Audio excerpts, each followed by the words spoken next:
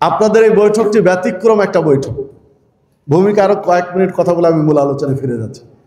একটা ব্যতিক্রম বৈঠক আপনাদের এই বৈঠকটি, এক ইতিহাস এই বৈঠকটি। একটি বাংলাদেশে হয়তোবা আজকেও শতাধিক মাহফিল চলছে সারা দেশে, শতাধিক মাহফিল হয়তোবা আজকের দিন অনুষ্ঠান হচ্ছে। আজকেরটা আপনাদের ব্যতিক্রম, হয়তোবা এইরকম আজকে একটা হচ্ছে না, শুধু আপনাদেরটাই। এক একটা ব্যতিক্রম থাকতে পারে, আমার মনে হয় নেই, আপনারটাই মনে হয় ব্যতিক্রম। কি ব্যতিক্রম? ব্যতিক্রম হলো শেষের একটা কথা যুবক ভাইরা লিখে দিয়েছে। মুসলিমাবাদ যুব সমাজের উদ্যোগে, যুবকদের উদ্যোগে আজকের এই মাহফিল। যুবকরা লিখে দিয়েছে, উক্ত ইসলামী সম্মিলন চলাকালীন কোনো ধরনের টাকা কালেকশন করা হবে না। হয়েছে কি? এবং কোনো প্রকার দোকান বসতে দেওয়া হবে না। আশপাশে কোনো দোকান দেখিনি। প্রায় মাহফিল বাংলাদেশের শতকরা 99.99টা মাহফিল মেলায় রূপ নিয়েছে। মাহফিল মানে মাহফিলে যত লোক দোকানে তার চেয়ে বেশি লোক। মাহফিলের চেয়ে দোকানগুলোতে লোক বেশি থাকে। এক শ্রেণীর মানুষ মাহফিলের নাম দিয়ে দোকানে আড্ডা দিতে আসে। আপনার আজকের এই মাহফিলে আড্ডা দিতে কেউ আসেনি, যেহেতু দোকানই নেই। যারা আড্ডাবাজ তারা এই মাহফিলে আসেনি, কারণ যারা কিছু শুনতে চায় তারা এসেছে। ব্যতিক্রম একটা মাহফিল। বাস্তবিক কোনো দোকানই নেই আশপাশে। আসতে গিয়ে দেখলাম কোনো দোকানই নেই। অনেক মাহফিলে দোকান ঠেলে যাওয়া কঠিন হয়, গাড়ি পার করা যায় না, লোক ঠেলে ঠেলে মানুষ পার করে গাড়ি পার করতে হয়। বাস্তবতাই বলছি আপনাকে, কিছু যদি কয়েকটা সাথে চলেন দেখতে পাবেন যে কি অবস্থা। এটাই হওয়া দরকার। মাহফিল কেন্দ্রিক কেন এত বাজারের ব্যবস্থা হবে? বাজার তো সারাদিনই চলে, যেখানে খুশি দেওয়া যায়। মাহফিলগুলো দিন ধর্মের জন্য, মানুষ শুনতে এসেছে, শোনার সুযোগ দেওয়া উচিত। আজকে আপনাদের যুব সমাজ এটা প্রমাণ করে দিয়েছে, আলহামদুলিল্লাহ। দেখুন, মাহফিল আরো একটা হয়, মাহফিলের আলোচনা যেমন যেমন কালেকশনই চলে বেশি। কালেকশন করতে করতে প্রধান বক্তা পায় রাত 11:30 12টায় মঞ্চ। কালেকশন করতে করতে 3 ভাগের 2 ভাগ শ্রোতা উঠে গেছে। অল্প কিছু শ্রোতা দিয়ে প্রধান বক্তাকে দেয় রাত 11:30টায়। কি আলোচনা করবে? কারণ মানুষের এনার্জি তো কালেকশনে তুলে নিয়ে চলে গেছে।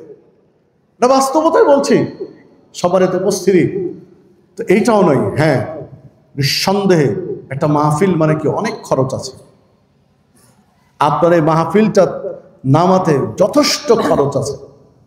মাহফিলটা হচ্ছে আজকে 6 নভেম্বর, অথচ এই মাহফিলটার খরচ, এই মাহফিলটার খরচ অন্তত 1.5 মাস আগে থেকে শুরু হয়েছে। 1.5 মাস আগে থেকে খরচ শুরু হয়েছে। এর পরিকল্পনা, এখানে ওখানে যাওয়া, একে ফোন দেওয়া, ওকে ফোন দেওয়া, হ্যান্ডবিল ছাপাও, পোস্টার ছাপাও, খরচ হয়নি। 1-1.5 মাস আগে থেকে খরচ শুরু হয়েছে। আর মাহফিল হচ্ছে এখন। তাহলে কাজের কতদিন আগে থেকে খরচ শুরু হয়েছে? খরচ তো হবেই। এই খরচের জন্য যারা ধনাঢ্য ব্যক্তি আছেন তাদের এগিয়ে আসতে হবে। যাদের আল্লাহ টাকা পয়সা দিয়েছেন তাদের এগিয়ে আসতে হবে। সেটা টেবিল কালেকশন হতে পারে, বাহিরে এক জায়গায় বসে কালেকশন, মাহফিলের আগে কালেকশন হতে পারে, কিন্তু আলোচনা যেন নষ্ট না হয় এদিকে খেয়াল রাখা উচিত। সর্বোচ্চ বৈঠকি দান হতে পারে, 2-4-5 মিনিটের মধ্যে বৈঠকি দান হতে পারে, কিন্তু ঘন্টার পর ঘন্টা, আধা ঘন্টা, 1 ঘন্টা ধরে কালেকশন, মাহফিলের 12টা বেজে যায়। মানুষের শোনার আর আগ্রহ থাকে না। তো এইগুলো থেকে একদম পরিপূর্ণ মুক্ত আপনাদের মাহফিল। দোয়া করি যে আল্লাহ রাব্বুল আলামিন মুসলিমাবাদ যুব সমাজের উদ্যোগের মাহফিলকে বাংলাদেশের মাহফিল জগতের জন্য মডেল হিসাবে কবুল করে নিন। প্রত্যেকটা মাহফিল আপনাদের মুসলিমাবাদের মাহফিল থেকে শিক্ষা গ্রহণ করুন এবং দেখুন যে এইভাবে মাহফিল করা উচিত। এই যুব সমাজকে আল্লাহ রাব্বুল আলামিন কবুল করে নিন। যুবকরা যেদিন জাগবে সেই দিন ইসলাম প্রতিষ্ঠা হবে হবে ইনশাআল্লাহ। ইসলামের মোড় ঘোরাতে সবচেয়ে বেশি অবদান ছিল যুবকদের। যখন মক্কার মাটিতে রাসূলুল্লাহ সাল্লাল্লাহু আলাইহি ওয়াসাল্লাম টিকতে পারছিলেন না, অত্যাচারের চালাতে হচ্ছিল, চলছিল অত্যাচারের স্টিম রোলার। ওসমান রাদিয়াল্লাহু আনহুর মতো ব্যক্তিদেরকে আবিসিনিয়ায় হিজরত করতে বাধ্য হয়েছিলেন মক্কা ছেড়ে আবিসিনিয়ায় চলে যেতে। এই পরিস্থিতিতে রাসূলুল্লাহ সাল্লাল্লাহু আলাইহি ওয়াসাল্লাম কি করবেন খুঁজে পাচ্ছিলেন না পথ। চিন্তা করলেন মক্কার বাহিরে, মক্কার মানুষ নয়, মক্কার বাহির থেকে যারা হজ করতে আসে তাদের কাছে দাওয়াত দেই। রাতের আধারে, হজ্জের মৌসুমে রাতের আধারে তাঁবুর ভিতরে ভিতরে খুঁজছিলেন যে মক্কার বাহির থেকে কারা হজ করতে এসেছে, যারা মক্কার মানুষ নয়। একই তাঁবুর মধ্যে পেয়ে গেলেন 6 জন যুবককে একসাথে। কয়জন যুবক? 6 জন। আসাদ বিন দুরারা রাদিয়াল্লাহু আনহুর নেতৃত্বে 6 জন যুবক মানুষ হজ করতে এসেছে মদিনা থেকে। জিজ্ঞাসা করলেন তোমরা কোথা থেকে এসেছো? মদিনা থেকে হজ করতে। 6 জন যুবককে ইসলামটা বুঝালেন আল্লাহ রাসূল সাল্লাল্লাহু আলাইহি ওয়াসাল্লাম, ইসলাম কি জিনিস বুঝালেন। তারাও বুঝে গেলেন। একসাথে 6 জন যুবক ইসলাম গ্রহণ করলেন। আলহামদুলিল্লাহ, একসাথে এই 6 জন যুবককে মদিনায় দাওয়াতি কার্যক্রম শুরু করলেন। এটা হিজরি নববী 11তম বর্ষের কথা বলছে। 12তম বর্ষে ওই 6 জন আরো 6 জনকে নিয়ে আসলেন। 5 জন আসলো আর নতুন 7 জনকে, 12 জন। পরবর্তী বছরে 75 জন। এই 12 জন এনারাও ছিলেন সবাই যুবক। 3 বছর দাওয়াতি কাজ করলেন যুবকরা। এনারা গিয়ে 3 বছরের ব্যবধানে মদিনায় এমন প্রেক্ষাপট তৈরি করলেন। আল্লাহ রাসূল সাল্লাল্লাহু আলাইহি ওয়াসাল্লাম মক্কায় কত বছর থেকে দাওয়াতি কার্যক্রম চালাচ্ছেন?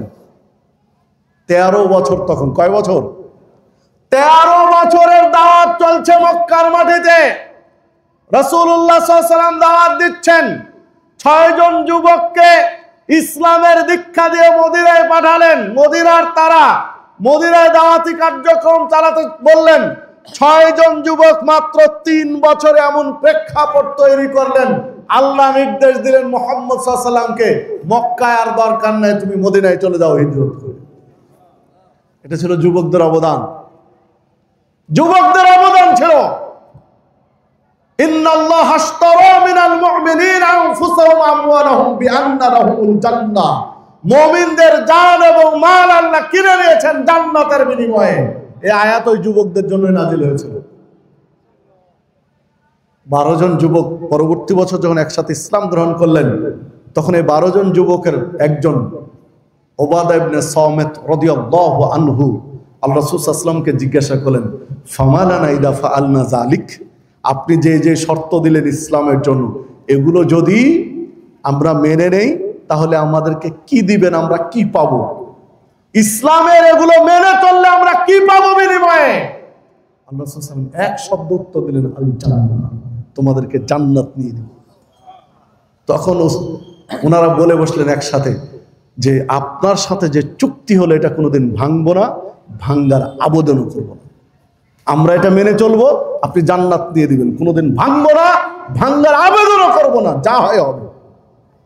যখন এই স্বীকৃতি দিলেন তখন জিবরিলকে পাঠিয়ে দিলেন আল্লাহ রাব্বুল আলামিন, যাও সুসংবাদ দিয়ে আসো। তখনই নাজিল হলো ইন্নাল্লাহ আশতারা মিনাল মুমিনিনা আনফুসাহুম আমওয়ালাহুম বিআন্না লাহুমুল জান্নাহ। মুমিনদের জান এবং মাল আল্লাহ কিনে নিয়েছেন কিসের বিনিময়ে? জান্নাতের বিনিময়ে। আজকের এই যুব সমাজকে আল্লাহ রাব্বুল আলামিন কবুল করুন।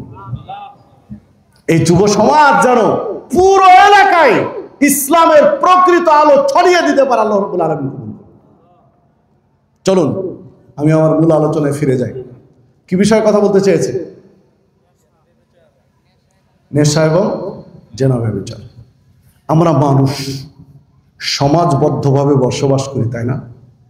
সমাজবদ্ধভাবে বসবাস করতে আমরা ভালোবাসি।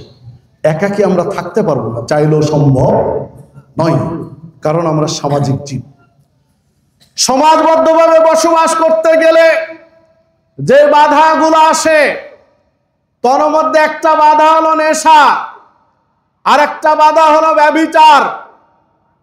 নেশা জাতীয় দ্রব্য সমাজ জীবনকে অতিষ্ঠ করে তোলে।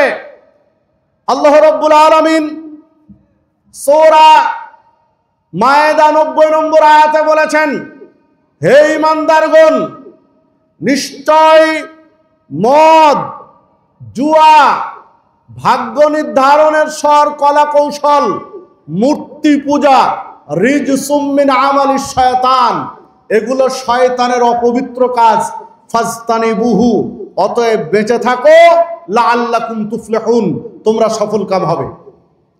মদ থেকে বেঁচে থাকো, জুয়া থেকে বেঁচে থাকো, ভাগ্য নির্ধারণের কলা কৌশল থেকে বেঁচে থাকো, মূর্তি পূজা থেকে বেঁচে থাকো, সফলকাম হবে। কাদেরকে আল্লাহ বলেছেন? ঈমানদারদেরকে।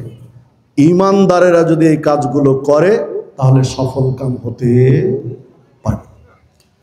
এখানে শয়তানের কাজ, যেই কাজগুলো ইসলাম বেশি নিষেধ করে, যেই কাজগুলোকে আল্লাহ নিষেধ করেছেন, যেই কাজগুলো রাসূলুল্লাহ সাল্লাল্লাহু আলাইহি ওয়াসাল্লাম করতে নিষেধ করেছেন, শয়তান এই কাজগুলো মুসলমানদেরকে দিয়ে বেশি করায়। কারণ এই নিষেধের কাজগুলো যদি শয়তান মুসলমানদেরকে দিয়ে করাতে পারে, মুসলিম ধ্বংস হয়ে যাবে। কি হয়ে যাবে? মুসলিম ধ্বংস হয়ে যাবে। এই কাজটাই শয়তান করে, যেগুলো নিষেধ করা হয়েছে। দেখুন, মুসলিমরা এদিকেই বেশি ঝুঁকে আছে, নিষেধ এটাই ঝুঁকে আছে। চলুন মদ নিয়ে আমরা একটু কথা বলি। মদ কাকে বলে? নেশা জাতীয় দ্রব্য কাকে বলে? নেশা কাকে বলা হয়? এক একজন এক এক ব্যাখ্যা দিবেন। সরাসরি হাদিসের দিকে যাই। সহিহ মুসলিমের 5336 নম্বর হাদিস। ইবনে উমর রাদিয়াল্লাহু আনহু বলেন, রাসূলুল্লাহ সাল্লাল্লাহু আলাইহি ওয়াসাল্লাম বলেছেন, কুল্লু মুসকিরিন খামরুন ওয়া কুল্লু খামরিন হারাম। প্রত্যেকটা নেশা সৃষ্টিকারী জিনিস হলো খমর, মদ, আর প্রত্যেকটা নেশা সৃষ্টিকারী জিনিস হারাম। যেই জিনিস খেলে পান করলে নেশা হয় তাকে মদ বলে এবং তা হারাম। সহিহ বুখারী 7172 নম্বর হাদিস। কুল্লু মুসকিরিন হারাম, প্রত্যেকটা নেশা আনয়নকারী জিনিস হারাম। ইবনে মাজাহ 3393 নম্বর হাদিস। রাসূলুল্লাহ সাল্লাল্লাহু আলাইহি সাল্লাম বলেন, মা আসকারা কাসীরুহু ফাকালিলুহু হারাম। অনেক পরিমাণ খেয়ে যদি নেশার উদ্রেক হয়, বেশি পরিমাণ খেলে যদি নেশা হয়, তার সামান্য পরিমাণ খাওয়া হারাম। হাদিস থেকেই তিনটা বলেছে আপনাকে। সহিহ বুখারী থেকে একটা, সহিহ মুসলিম থেকে একটা, ইবনে মাজাহ থেকে একটা। যেই জিনিস খেলে পান করলে নেশা হয় সেই জিনিস হারাম। অল্প পরিমাণ খেয়ে যদি, বেশি পরিমাণ খেয়ে যদি নেশা হয়, তার সামান্য পরিমাণও খাওয়া হারাম। তাহলে নেশা হবে এই জিনিসগুলো কি? হারাম। এগুলো মদ এবং হারাম। সম্মানিত উপস্থিতি, এর আলোকে এবার বিশ্লেষণ করেন। মদ, দেশি বিদেশি মদ তো সবাই বুঝি, তাই না? যেগুলো নেশা মনে করি না, এগুলো নির্ভাব। বিড়িতে কি নেশা হয়? বিড়ি সিগারেট খেলে কি নেশা হয়? নেশা হয়। বিড়ি সিগারেটে কি নেশা হয়? যদি হয় তাহলে কি? হারাম। জর্দা গুলে কি নেশা হয়? যদি হয় তাহলে হারাম। বিড়িতে নেশা হয় কি হয় না? বিড়িতে নেশা হয় কি হয় না? ছোট্ট একটা প্রমাণ আপনাকে দেখাই, ছোট্ট একটা প্রমাণ। ঈদের পরে স্বভাবতই, ঈদের পরের জুমা শুক্রবার, মানে শনিবার অফিসগুলো খুলে শনিবার রবিবার, ঈদের পরের শুক্রবার স্বভাবতই ঢাকার দিকে যেতে খুব গ্যাঞ্জাম থাকে। এই পরিস্থিতিতে আপনারা পড়েছেন কিনা? যারা পড়েছেন তারা জানেন। ঈদের পরের শুক্রবার ঢাকা ঢোকা খুব কঠিন হয়। রাজশাহী থেকে রওনা দিয়ে প্রায় 8-9 ঘন্টা জার্নি করে রাজশাহী থেকে এলেঙ্গা এসেছে। মানে এত জ্যাম। শেষে বাস ছেড়ে দিয়ে ট্রেনে উঠতে গেলাম। ট্রেনের টিকিট মাস্টার বলছে যে টিকিট দেব, কিন্তু উঠতে না পারলে ফেরত নেব না। টিকিট মাস্টার বলছে টিকিট দেব, কিন্তু উঠতে না পারলে ফেরত নিব না। আমি বললাম যে এটা কোন ধরনের কথা? টিকিট কাটিনি তার আগেই স্ট্যান্ড টিকিট দিবেন, সেটা তো বুঝতেই পারছি, কিন্তু উঠতে না পারলে ফেরত দিবেন না, এটা কোন শর্ত? তো উনি বলছেন যে আমাদের এই আসনে, আমাদের স্টেশনের জন্য 30টা সিট বরাদ্দ, 30টা সিট বরাদ্দ। এখানে প্রায় 200-র উপরে আমরা টিকিট ছাড়া হয়ে গেছে। আপনি উঠবেন কোথায়? উঠবেন ট্রেন তো আর খালি আসছে না। 200-র উপরে টিকিট ছেড়েছে, আপনি উঠবেন কোথায়? মানে প্রায় 40-50 কিলোমিটার জ্যাম লেগে আছে। যার জরুরি সে ট্রেনে ছুটে এসেছে। আমি বললাম দেন একটা টিকিট দেন, 200টার মধ্যে যদি আমি উঠতে পারি, যেহেতু আমার যাওয়া লাগবে, কারণ ঢাকায় জুমার খুতবা আছে। খুতবা পাবো না, তবে খুতবার পর একটা প্রোগ্রাম আছে সন্ধ্যায়, প্রোগ্রামটা ধরতে পারবো। দেন উঠলাম। তো যখন দেখলাম যে হ্যাঁ ট্রেন আসলো, তখন টিকিট মাস্টারের কথাটাও আবার মাথায় আসলো যে কেন উনি কথা বলেছিলেন। কারণ দরজার যে সোজা, এই দরজার সোজা থেকে যে মানুষগুলো ঝুলা আছে প্রত্যেকটা দরজায়, সেটাই মনে 8-10 জন করে হবে আর কি। মানে যারা ঢুকতে পারেনি ট্রেনের ভিতরে, ট্রেনের ধরে কি ওটা হাতল ধরে ঝুলে আছে, এগুলো মনে হয় 5-7 জন করে হবে প্রত্যেকটা দরজায়। উঠবে কোথায়? যাই হোক, খাবার একটা বগি থাকে, এই বগিতে গিয়ে একটু চেষ্টা করলাম। তো ওখানে যে খাবার গাড়ির যে লোক, ও বলছে হুজুর উঠতে দেবো, তবে 100 টাকা লাগবে। আমি বললাম যে আমার টিকিট আছে। বলছে টিকিট আছে, যান উঠেন ওদিকে, এই খাবার গাড়ির তো টিকিট না ওটা। ঠিক আছে 100 টাকায় নেন, দেন। উঠলাম। আমি পরিস্থিতিটা আপনাকে বুঝাচ্ছি যে গল্পটা আমি কেন করছি আপনাকে। বিড়িতে নেশা হয় কিনা আপনাকে আমি দেখাতে চাচ্ছি, সিগারেটে নেশা হয় কিনা আপনাকে দেখাতে চাচ্ছি। অনেক কষ্ট করে যাই হোক টিকিটের পরে এক্সট্রা টাকা দিয়ে উঠলাম খাবার গাড়িতে।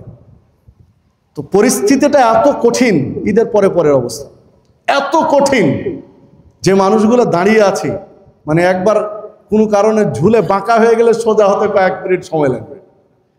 মানে এত চাপ, কঠিন ভিড়, কঠিন চাপ, ছেলে মেয়ে গাদাগাদি করে।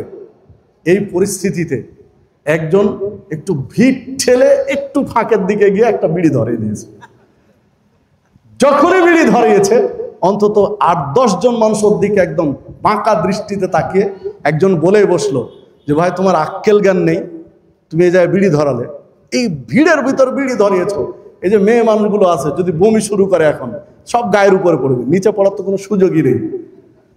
তখন ওই লোক বলছে যে বিড়িটা ধরাইছে, ভাই একটা টান দিয়ে ফেলে দেবে। মানে নেশা কোন পর্যায়ে চেপেছে আপনি, এটা আমি কারো দেখা শোনা গল্প করছি না, আমি নিজে দাঁড়িয়ে থেকে ওই জায়গায় দেখেছি, সে গল্প আপনার করছি যে একটা টান দিয়ে ফেলে দেব। তো আর মানুষ কি বলবে তাকে? দেখলাম যে হ্যাঁ বিড়িখোর হতে পারে, কথার দাম আছে তার। লম্বা একটা টান দিয়ে ফেলে দেওয়ার চেষ্টা করলো। যখনই ফেলে দিতে যাচ্ছে, পাশে আর একজন বলছে ভাই আমাকে একটা টান দিয়ে। উনি একটা টান দিলেন লম্বা করে। ওনার টান শেষ না হতে হতেই ট্রেনের দরজায় বসেছিলেন আর এক লোক চট করে দাঁড়িয়ে বলছে ভাই আমাকে একটা টান দে। 3 জনে এক বিড়ি 3টা টান দিয়ে বিড়িটা ফেলে দিল। আপনি নেশা হয় কিনা আপনাকে বুঝাতে চাচ্ছি। দাঁড়ানোর সুযোগ নেই, দাঁড়িয়ে থাকার মতো জায়গা নেই, গায়ের উপর আরেকজন, মানে একজনের বুক আর একজনের পিঠ লেগে আছে। এই ভিড়ের মধ্যে প্রচন্ড গরমে বিড়ির নেশা এতটাই চেপেছে যে শত মানুষের চোখ রাঙ্গানিকে উপেক্ষা করে বিড়িতে টান না দিয়ে তার তৃপ্তি সামলাতে পারছে না। আপনি বলছেন এতে নেশা হয় না? এক বিড়ি কয়জন টানলো? কয়জন? 3 জন। কি পরিমাণ নেশা হয় দেখেন। একটা বিড়ি খোরের যখন নেশা চেপে যায়, ওকে বলেন যে তুমি হয় বিড়ি দিব, না হলে 1 প্লেট ভাত দেব। তুমি বিড়ি খাবে না 1 প্লেট ভাত খাবে। যারা বিড়িখোর, পাক্কা বিড়িখোর, যারা সিগারেট খোর, আপনার ভাত 1 প্লেট নিবে না, ওই সময় বিড়িটাই চাইবে যে ভাত ভাই দরকার না, আপনার বিড়ি দেন। তাহলে আপনি নেশা হয় না বলছেন? শুধু তাদের সাথে ঘোরেন, দেখেন পরিস্থিতি আপনাকে বলে দেবে কি পরিমাণ নেশা। অনুরূপ জর্দাখোরের অবস্থাও তাই। রমাজানের সিয়াম পালন করে ইফতার করার পরে সালাতে যাচ্ছে, যদি মসজিদ একটু দেরি দূরে হয় যে 3 মিনিট হেঁটে যেতে হবে, দেখেন ইফতার করে বিড়ি টানতে টানতে মসজিদে যাচ্ছে। সারাদিন খেতে হয়নি, মানে নেশা কি পরিমাণ চেপেছে। তো বিড়ি, সিগারেট, জর্দাগুলো, এগুলো হচ্ছে নেশা জাতীয় দ্রব্য। এগুলো কোনো মুসলিমের খাদ্য হতে পারে না। দেশি বিদেশি মদ, গাঁজা, এগুলো নেশা জাতীয় দ্রব্য, এগুলো মুসলিমের খাদ্য হতে পারে না। হিরোইন, ফেন্সিডিল এগুলো নেশা জাতীয় দ্রব্য কোন মুসলিমের খাদ্য হতে সম্মানিত উপস্থিতি, কতটা খারাপ জঘন্য এগুলো কাজ। উসমান রাদিয়াল্লাহু আনহু বলেন, রাসূলুল্লাহ সাল্লাল্লাহু আলাইহি ওয়াসাল্লাম বলেছেন, ইজতানিবুল খামর, তোমরা নেশা জাতীয় দ্রব্য থেকে বেঁচে থাকো, মদ থেকে বেঁচে থাকো। ফাইন্নাহা উম্মুল খাবায়েস। আমরা খবিস বলে গালি দেই, বলি না? খবিস গালি দেই, খবিসের বহুবচন খবায়েস। আল্লাহ রাসূল সাল্লাল্লাহু আলাইহি ওয়াসাল্লাম বলছেন, যত খবিসা কাজ আছে, যত খারাপ কাজ আছে, এই সকল খারাপ কাজের মা হলো নেশা করা, মদ খাওয়া। হাদিস পাবেন নাসাইয়ের মধ্যে 5666 নম্বর হাদিস। মদ রাদিয়াল্লাহু আনহুকে 10টি বিষয়ের উপদেশ দিয়েছিলেন। 10টির একটি ছিল লা তাশরাবিল খামর, নেশা জাতীয় দ্রব্য খাবে না, পান করবে না। ফাইন্নাহু রাসু কুল্লি ফাহিশাতিন, কেননা যত ফাহেসা কাজ আছে, যত অপছন্দনীয় কাজ আছে, এগুলো রাস, হেড অফিস, মাথা হলো নেশা করা। হাদিস পাবেন মুসনাদে আহমদের মধ্যে। রাসূলুল্লাহ সাল্লাল্লাহু আলাইহি ওয়াসাল্লাম আবু দারদা রাদিয়াল্লাহু আনহুকে বলেছিলেন, লা তাশরাবিল খামর, নেশা জাতীয় দ্রব্য খাবে না, পান করবে না, মদ খাবে না, পান করবে না। ফাইন্নাহু মিফতাহু কুল্লি শাররিন, কেননা শার, যত অকল্যাণকর কাজ আছে, এই অকল্যাণকর কাজের জগতে প্রবেশের চাবি হলো নেশা করা। পাপের জগতে ঢুকতে যে চাবি লাগে, এই চাবিটা হলো কি? নেশা জাতীয় দ্রব্য খাওয়া বা পান করা। ইবনে মাজার মধ্যে হাদিস রয়েছে এবং হাদিস সহিহ। সম্মানিত উপস্থিতি, তারপরেও মুসলিম নেশা জাতীয় দ্রব্য ছাড়তে পারি না। পেরেছি কি? পারি না। এর পিছনে একটা কারণ আছে, কারণটাও বলি। আজকের প্রধান অতিথি শেখ হাফিজুর রহমান মাদানী হাফেজাহুল্লাহ, তিনি একটা বিষয় নিয়ে আপনাদের সাথে আলোচনা করছিলেন। কি বিষয় বলেন তো? হালাল রিজিক। হালাল রুজি নিয়ে কথা বলছিলেন না? রাসূলুল্লাহ সাল্লাল্লাহু আলাইহি ওয়াসাল্লাম বলেছেন, ইন্নাল্লাহ তাইয়্যিব লা ইয়াকবালু ইল্লা তাইয়্যিব, আল্লাহ পবিত্র, পবিত্র ছাড়া তিনি কোনো জিনিস কবুল করেন না। ওয়া আন্নাল্লাহ আমারাল মুমিনিনা বিমা আমারা বিল মুরসালিন, নবী রাসূলদেরকে যে নির্দেশ আল্লাহ দিয়েছেন তা মুমিনদেরকেও দিয়েছেন। সুম্মা যাকারা রাজুল, এরপর একটা লোকের উদাহরণ দিলেন, ইউতিলিস সফর আশা বা আকবার ইয়ামুদ্দু ইয়াদাইহি ইলাস সামা, যে লোকটা দীর্ঘ সফর করার কারণে চুলগুলো এলোমেলো, পোশাক ধুলিবালি যুক্ত, ইয়ামুদ্দু ইয়াদাইহি ইলাস সামা, আসমানের দিকে হাত তুলে বলছে, ইয়া রাব্বি, ইয়া রাব্বি, হে আমার প্রভু, হে আমার প্রভু, ইয়া রব বলে দোয়া করছে। অমাতামু হারাম, অথচ যে খাবার খেয়েছে খাবারটা ছিল হারাম। অমাশরাবু হারাম, যে পানি পান করেছে সেটাও ছিল হারাম। অমালবাসু হারাম, যে পোশাক পরেছে সেটাও ছিল হারাম। ওয়াগুদ্দিয়া বিল হারাম, তার শরীর যে গঠন হয়েছে হারাম খাদ্য দিয়ে। ফান্না ইস্তাজাবু লিযালিক, কিভাবে আল্লাহ তার দোয়া কবুল করবেন? আল্লাহ হালাল ছাড়া হারাম কবুল করেন। সহিহ মুসলিমের 2393 নম্বর হাদিস। সম্মানিত উপস্থিতি, যে কথা বলছিলাম, হালাল ব্যতীত, হালাল রিজিক ভক্ষণ ব্যতীত একজন বান্দার দুয়া, প্রার্থনা, ইবাদত কবুল হয় না।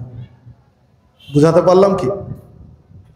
অমুসলিমরা, ইহুদি খ্রিস্টানরা গবেষণা করে করে এই জিনিসগুলো চাপিয়ে দিয়েছে মুসলিমদের উপরে।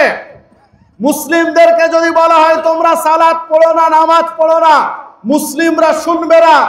যদি বলা হয় তোমরা যাকাত দিও না, মুসলিমরা শুনবে না। যদি বলা হয় মুসলিম হজ করো না, মুসলিমরা শুনবে না। যদি বলে মুসলিম সিয়াম পালন করো না, মুসলিমরা শুনবে না। বিদায় মুসলিমদেরকে ইবাদত করতে নিষেধ করলে ওরা আরো চেতে যাবে, ওরা আরো রেগে যাবে। বিধায় তাদেরকে ইবাদত করতে নিষেধ করার দরকার নাই, ওদেরকে এমন কিছু করাও যে ওই কাজ করবে আর ইবাদত করবে, ইবাদত কবুল। সেটা হলো হারাম খাদ্য। কি বলেন তো? হারাম খাদ্য। হারাম খাবে, হারাম খাদ্য খেয়ে দোয়া করবে, প্রার্থনা করবে, ইবাদত করবে, কিন্তু কবুল হবে না। এই কাজটাই করেছে। কাউকে জর্দাখোর বানিয়েছে, কাউকে বিড়িখোর বানিয়েছে, কাউকে গুলখোর বানিয়েছে, কাউকে মদখোর বানিয়েছে, কাউকে হিরোইন ফেন্সিডিলখোর বানিয়েছে, কাউকে সুদখোর বানিয়েছে, কাউকে ঘুষখোর বানিয়েছে, কাউকে আত্মসাৎ করে ওই সম্পদ ভক্ষণ খোর বানিয়েছে, কাউকে অপরের জমি জাল করা শিখিয়েছে। এই সোর্সগুলো কি বলেন তো? হারাম, সবগুলো হারাম। তাহলে বেঁচে আছি কয়জন? এইটা হচ্ছে অমুসলিমদের গবেষণা এবং তারা সফলতা লাভ করেছে, আমরা হেরে গেছি। দেখুন, বিড়িখোর বিড়ি টানতে টানতে যদি মসজিদে প্রবেশ করে, কেউ ঢুকতে দিবেন? বিড়ি খাচ্ছে আর ধোঁয়া ছাড়ছে, বিড়ি খাচ্ছে ধোঁয়া ছাড়ছে, যদি মসজিদে ঢুকতে দিবে কেউ? ওকে দিবে? কেন ঢুকতে দিবে না?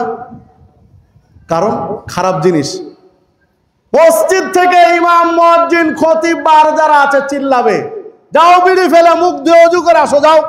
বেয়াদব, বিড়ি টানতে টানতে মসজিদে ঢুকছো। যে চিল্লাচ্ছে বলছে বেয়াদব, বিড়ি টানতে টানতে মসজিদে আসছো, ও দেখেন ভিতরে জর্দা দিয়ে পান চাবাচ্ছে বা দাঁতে গুল মেরে আছে। তাহলে হলো বলেন? বিড়িখোরকে ধমকাচ্ছি কে? জর্দাখোর।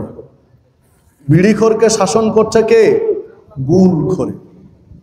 পার্থক্য আছে। বিড়িখোর জানে না যে ও আর আমি খালাতো ভাই, জানলেও কেউ কলার ধরে বের করতে, চলেন দুইজনই বাইরে যায়। যে বিড়ি খায় ও তামাক পুড়িয়ে ধোঁয়া খায়। বিড়িখোর, সিগারেট খোর তামাক পুড়িয়ে ধোঁয়া খায়, জর্দাখোর তামাক চিবিয়ে রস খায়। কার অপরাধ বেশি? আমি বুঝাতে পারলাম মনে হয় আপনাদের। বিড়িখোর তামাক পুড়িয়ে ধোঁয়া খায়, সিগারেট খোর তামাক পুড়িয়ে ধোঁয়া খায়, আর জর্দাখোর তামাক চিবিয়ে রস খায়। আর গুলখোর, ওকে চিবানো লাগে না, একদম রিফাইন করা আছে, দাঁতে মেরে দিয়ে পুরোটাই খায়। তাহলে অপরাধটা কার বেশি? বিড়ির চেয়ে জর্দা ক্ষতিকর, জর্দার চেয়ে গুল ক্ষতিকর। বিড়ির চেয়ে জর্দায় সমস্যা বেশি, জর্দার চেয়ে গুলে সমস্যা বেশি। কি চমৎকার সিস্টেম দিয়েছে অমুসলিমরা। দেখেন, বিড়ি সিগারেট খায় জেনারেল শিক্ষিত মানুষ, স্কুলের টিচার, স্কুলে পড়ুয়া, ভ্যান চালক, রিক্সা চালক, দিন মজুর বিড়ি সিগারেট খায়। মসজিদের মুন্সি, মসজিদের ইমাম, মুয়াজ্জিন, ইমান একটু পাকা, ওরা জর্দা খায়, ওরা বিড়ি খায় না। সাধারণ মানুষের চেয়ে ইমামের, মুয়াজ্জিনের, মসজিদমুখী লোকদের ইমান একটু পাকা, তো ওরা বিড়ি নয়, ওরা জর্দা খায়, তামাক চিবিয়ে রস খায়। খতিব সাহেবের ইমান আরো পাকা, তো জর্দা নয়, ও গুল মারে না। বিষয় দেখেন, মানে যার ইমান যত পাকা তাকে তত খারাপটা খেতে শিখিয়েছে, অভ্যস্ত করেছে। এক ব্রিটিশদের হিসাব দেখেন, ইতিহাস দেখেন। ব্রিটিশদের আগে চা খাওয়া বাংলাদেশের মানুষ জানতো না, ভারত উপমহাদেশের মানুষ চা খাওয়া বুঝতো না। ব্রিটিশরা ফ্রি চা খাওয়াইছে, ফ্রি, টাকা লাগবে না আর ফ্রি চা খাও। ওরা 100 বছর 200 বছরের টার্গেট নিয়ে কাজ করে, যে চা খাওয়া শিখিয়ে দেয়, খাওয়া শিখে গেলে আমরা বেঁচে কুল পাবো না। হয়েছে না? হয়নি? এখন হয়েছে না? বেঁচে কুল করতে পারছে না। চায়ের স্টল, হাজার হাজার স্টল বাংলাদেশে। চায়ের স্টল মানে গীবতের সংসদ ভবন। প্রত্যেকটা চায়ের স্টল গীবতের কারখানায় রূপ নিয়েছে। যদি একটু গীবত করতে মন চায়, শুনতে মন চায়, শুধু একটা চায়ের স্টলে বসে এক কাপ চা খেয়ে একটু বসে থাকেন, দেখেন আপনার আর কিছু করা লাগবে না। সম্মানিত উপস্থিতি, টার্গেট দেখেন ওদের। ঠিক এই বিড়ি জর্দা গুলগুলো এইভাবে সাপ্লাই দিয়েছে আপনার আমার ঘরের সামনে। কি সুন্দর করে প্যাকেটে লিখে দিয়েছে, শর্ত দিয়েছে কি? সংবিধিবদ্ধ সতর্কীকরণ, ধূমপান স্বাস্থ্যের জন্য ক্ষতিকর। ঠিক আছে না? ধূমপানে মৃত্যু আনে, ধূমপান হৃদরোগের কারণ, ধূমপান স্ট্রোক হয়। বেটা এত ক্ষতি কেন চালাও এই সমাজে? দেশের সরকার, দেশের প্রধানমন্ত্রী, প্রধান উপদেষ্টা, সব উপদেষ্টা অনেক শিক্ষিত, তো এত ক্ষতিকর জিনিস যেগুলো বিষ পান, ধূমপানে বিষ পান লিখে রেখেছেন, এটা সমাজে কেন চালান? বন্ধ করে দেন। সমস্যা কি বন্ধ করতে হলে? বন্ধ হবে না, কারণ ব্রিটিশ দাদা বাবুরা এগুলো দিয়ে রেখেছে, এটা বন্ধ করা যাবে না, এইটা বন্ধ করা যাবে না। বন্ধ করতে হবে। কি ডক্টর ডাক্তার জাকির নায়েক বিতর্কিত মানুষ যেন বাংলাদেশে না আছে, এইটা বন্ধ করতে হবে, এইটা বন্ধ করতে হবে। কিন্তু জর্দা বিড়ি সিগারেট গুলো এটা বন্ধ করা যাবে না। দেশ রসাতলে চলে যাচ্ছে, সমাজ রসা চলে যাচ্ছে, সেইটার সমস্যা নাই। কিন্তু উনার মতো একটা মানুষ যদি বাংলাদেশে আসে, অনেক মানুষ সঠিক পথ পেয়ে যাবে। এইটা হলো মাথা ব্যথার কারণ। দাদা বাবুরা বলে দিয়েছে আর ঢুকতে দেওয়া যাবে না। আল্লাহ হেদায়েত করুন ইনাদেরকে। সমারিত উপস্থিতি, যে কথা বলছিলাম, দেখুন বিড়ি সিগারেট জর্দাগুল কতটা ক্ষতিকর, কতটা ভয়ঙ্কর আপনার আমার জন্য, অথচ ছাড়তে পারি না। যারা বিড়ি খায়, জর্দা খায়, গুল খায়, প্রকারান্তরে হায়া শরম লজ্জা কিছু নয়, ইতর শ্রেণীর প্রাণী। হায়া শরম থাকলে এগুলো খেতে পারে না, পারবে? বিড়িখোর বিড়ি খায় কোথায়? বসে থেকে। খেতে খেতে যায় কোথায়? বাথরুমে, টয়লেটে, পায়খানায় বসে বিড়ি খায়। মিথ্যা বললাম? বিড়িখোর বিড়ি টানে কোথায়? সিগারেট খোর বিড়ি টানে কোথায়? সিগারেট টানে কোথায়? পায়খানায় বসে বিড়ি টানো। তুমি মানুষ, তোমাকে মানুষ বলতে ভাবতে ঘৃণা লাগে। মানুষ হলে এই কাজ করতে পারে না। বিশাল সাইনবোর্ডে লেখা থাকে, বিলবোর্ডে লেখা থাকে, বিশাল সাইনবোর্ডে লেখা আছে কি? সাধে গন্ধে অতুলনীয়, প্রতিটানে তৃপ্তি আনে। আছে না সাইনবোর্ড? যে বেটা লিখেছে ও ঠিকই লিখেছে। সকাল ভোরে বাসি পেটে যে জায়গায় বসে থেকে বিড়ি আর সিগারেট টানে, যা টানে তার স্বাদ আর যা বের করে তার গন্ধ আসলে অতুলনীয়, তুলনায় হয়। কোন মানুষ এই কাজ করতে পারে? বাথরুমে বসে যে খাবার খেতে হয়, এটা মানুষের খাবার হতে পারে না। আল্লাহ আমাদেরকে হেফাজত করুন। রাসূলুল্লাহ সাল্লাল্লাহু আলাইহি ওয়াসাল্লাম বলেন, কোন ব্যক্তি যদি নেশা জাতীয় দ্রব্য খায়, পান করে, তার 40 দিনের ইবাদত কবুল হয় না। এমত অবস্থায় যদি মৃত্যু হয়, তার মৃত্যু হবে জাহেলিয়াতের মৃত্যু। যদি তওবা করে, আল্লাহ তওবা কবুল করবেন। আবার যদি নেশা জাতীয় দ্রব্য পান করে, 40 দিনের ইবাদত কবুল হবে না। যদি অবস্থায় মৃত্যু হয়, জাহেলিয়াতের মৃত্যু হবে। তওবা করলে তওবা কবুল হবে। আবার যদি নেশা করে, আবার 40 দিনের ইবাদত কবুল হয় না, সালাত কবুল হয় না। যদি তওবা করে তওবা কবুল হবে। তওবা ছাড়া যদি মারা যায়, জাহেলিয়াতের মৃত্যু হবে। কয়বার? 3 বার। চতুর্থবার যদি আবার নেশা করে, রাসূলুল্লাহ সাল্লাল্লাহু আলাইহি ওয়াসাল্লাম বলেন, চতুর্থবার যদি আবার নেশা করে, তাহলে ওই ব্যক্তিকে তিনাতুল খাবাল বা রদাগাতুল খাবাল খাওয়ানো হবে। সাহাবীরা বললেন, তিনাতুল খাবাল কি, রদাগাতুল খাবাল কি? রাসূলুল্লাহ সাল্লাল্লাহু আলাইহি ওয়াসাল্লাম বললেন, আর কমিনান নার আও সারাত মিনান নার। জাহান্নামীদের রক্ত পুঁজ, তাদের শরীরের যে পচনি বের হবে, পুড়ে পুড়ে যে রসগুলো বের হবে, এইগুলোকে আল্লাহ রাব্বুল আলামিন ওসারা মানে জুস, যে কোনো জুসের প্যাকেট, যে কোনো বাজারে জুস প্যাকেট কিনেন, যদি আরবি লেখা থাকে, কিছু কিছু জুসে আরবি লেখা আছে, হালাল বা এরকম লেখা আছে, দেখেন ওখানে আরবিতে লেখা আছে ওসারা, আইন সদ আলিফ র, ওসারা লেখা আছে। ওসারা মানে জুস, ওসারা মানে জুস।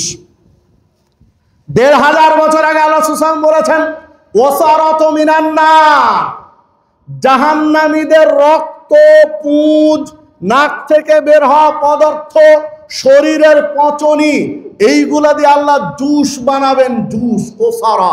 এই জুস খেতে দিবেন বিড়িখোর, জর্দাখোর, গুলখোর, হিরোইনখোর, ফেন্সিডিলখোর, মদখোর, গাঁজাখোর, এই হারামখোরকে আল্লাহ এই জিনিস খেতে দিবেন।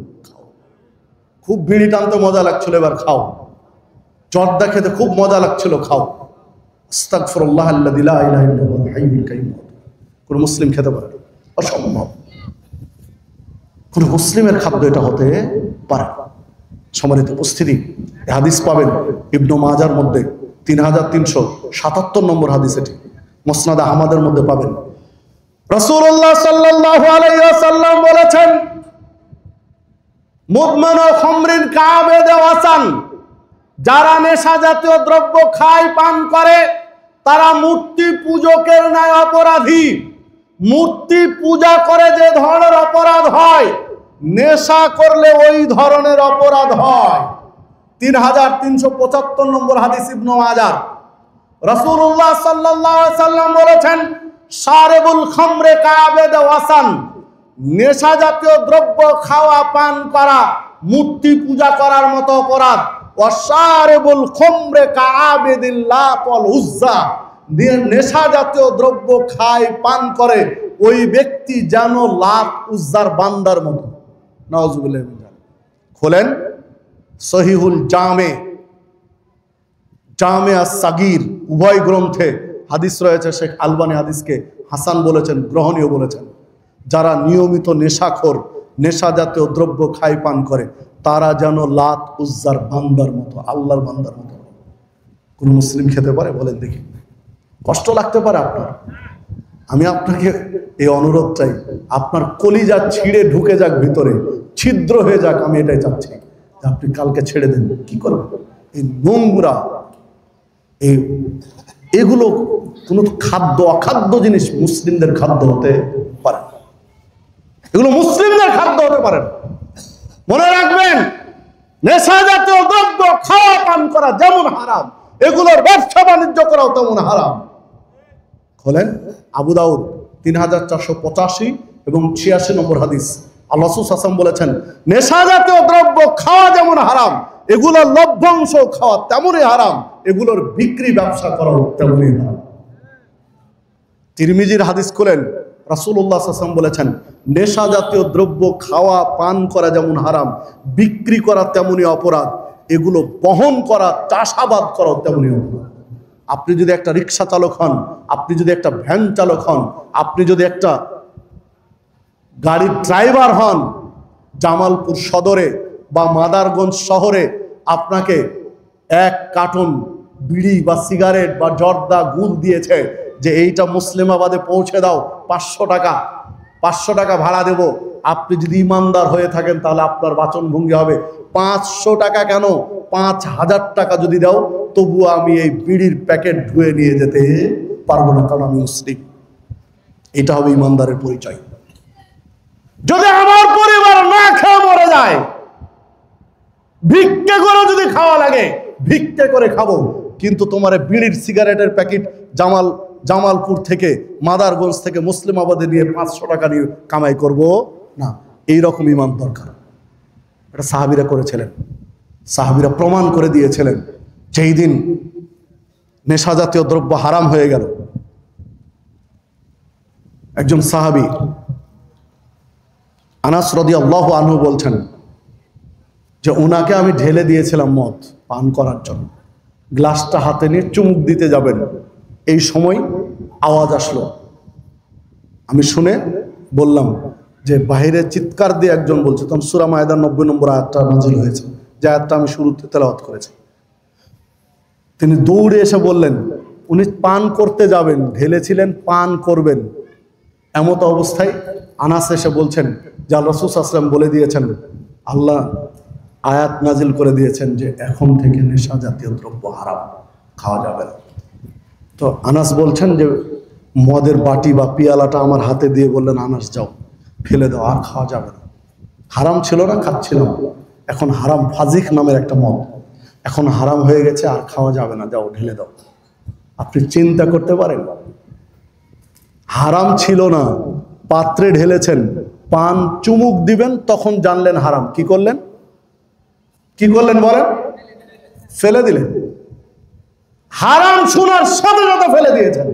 আর আপনি আমি কত আজ মাহফিলে শুনেছি, আপনি আমি জুমার খুতবায় শুনেছি, বিড়ি হারাম, সিগারেট হারাম, গুল হারাম, জর্দা হারাম, ইয়াবা, হিরোইন, ফেন্সিডিল হারাম, দেশি বিদেশি মদ হারাম। তারপর আপনার আমার লজ্জা হয় না? দিব্যি খেয়ে যাচ্ছে, এত হারাম জানার পরও খেয়ে যাচ্ছি, আপনার আমার লজ্জা শরম কিচ্ছু নেই। সম্মানিত উপস্থিতি, ছেড়ে দিতে হবে। পারবেন তো? রাজি আছেন তো? ইনশাআল্লাহ। সম্মানিত উপস্থিতি, বিড়ি সিগারেট জর্দাগুলো কি আছে বলেন তো দেখি, কই উপাদান আছে? হ্যাঁ, আল্লাহ আপনাকে অর্থ দিয়েছে, দৈনিক 1 গ্লাস দুধ খান। আল্লাহ সম্পদ দিয়েছে, একটা ডিম খান, 3টা খেজুর খান, দৈনিক সকালে 7টা আজোয়া খেজুর খান। কয়টা? খালি পেটে কয়টা আজোয়া খেজুর? 7টা। 7টা আজোয়া খেজুর খান খালি পেটে দৈনিক। আল্লাহ রাসূল সাল্লাল্লাহু আলাইহি ওয়াসাল্লাম বলছেন ওই দিন কোনো বিষাক্ত প্রাণীও যদি কামড় দেয় বিষ কাজ করবে না। আজোয়া খেজুরের মধ্যে এত উপাদান, বিষক্রিয়া পানি করে দেওয়ার মতো এমন কিছু উপাদান রেখে দিয়েছেন আল্লাহ, যে কোনো ব্যক্তি দৈনিক যদি 7টা খেজুর খায়, ওই ব্যক্তিকে যদি বিষাক্ত সাপেও দংশন করে বিষ কাজ করবে না, বিষ পানি হয়ে যাবে। হাদিস, সহিহ হাদিস। এগুলো আপনার আমার পছন্দ হয় না। কোথায় বিড়ি সিগারেট জর্দাগুলো হবে ওটা দিয়ে পছন্দ হয়। আসুন নিজেরা পরিবর্তন হই, নিজেকে পরিবর্তন করি। বিড়ি সিগারেট জর্দাগুল বেচে নয় ফেলে দেই। সাহাবীদের যাদের কাছে মদ স্টক ছিল, হারাম ছিল না, বাড়িতে রেখেছিলেন প্রয়োজনে পান করার জন্য।